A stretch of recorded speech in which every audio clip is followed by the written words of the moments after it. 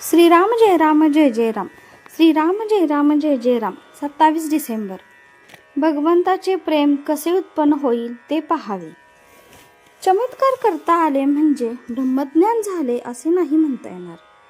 संतांचे दर्शन झाले पण त्याच्या आजूबाजूचे लोक पाहिले तर वाईट दिसतात. आपण दवाखाना पाहायला गेलो तर निरोगी लोक आपल्याला तिथे कसे दिसतील.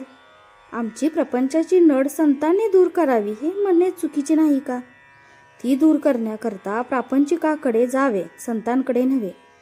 आता दुखणे बरे व्हावे म्हणून जरी रामराम म्हटले तरी सुद्धा ते वाया जात नाही. सत्पुरुषांचे अत्यंत उपकार असतील तर रोगाचे निदान काय आहे ते त्यांनी शोधून काढले. आपल्याला हवेपणाचा रोग झाला आहे.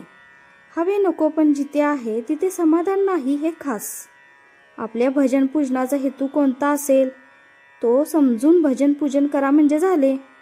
आज भगवंत हवा असे म्हणणारे लोक थोडेच आहेत आणि ज्यांना भगवंत हवा असतो तो भगवंतासाठी नको असतो, तो त्यांच्या प्रपंचासाठी हवा असतो.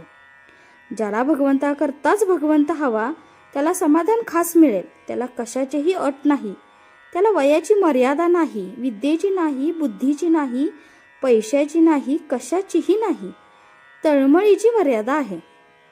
खरोखर परमार्थ हा अनुमानाचा नाही. आपण नुसते बोलतो, कृती काहीच करीत नाही म्हणून तो आपल्या आवाक्याबाहेर आहे असे आपल्याला वाटते. न करायला सबबी पुष्कळ सांगता येतात. अर्जुनाला भगवंतांनी युद्धाला उभा राहा म्हणून सांगितले. अर्जुन सबबी सांगू लागला. देवाला फार वाईट वाटले.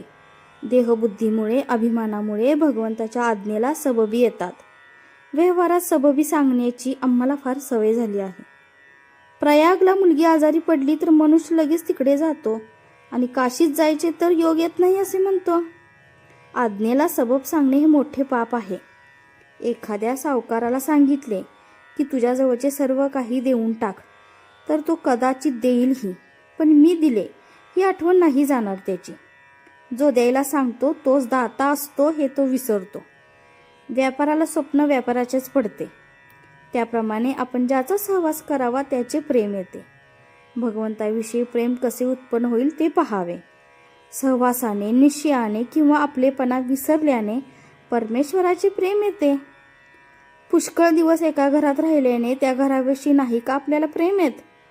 मुंबईत राहणाऱ्याला मुंबई आवडते याचे कारण सहवास. गांजा प्रथम ओढताना जरी ओकारी आली तरी सवयीने त्याचे प्रेम येऊ शकते.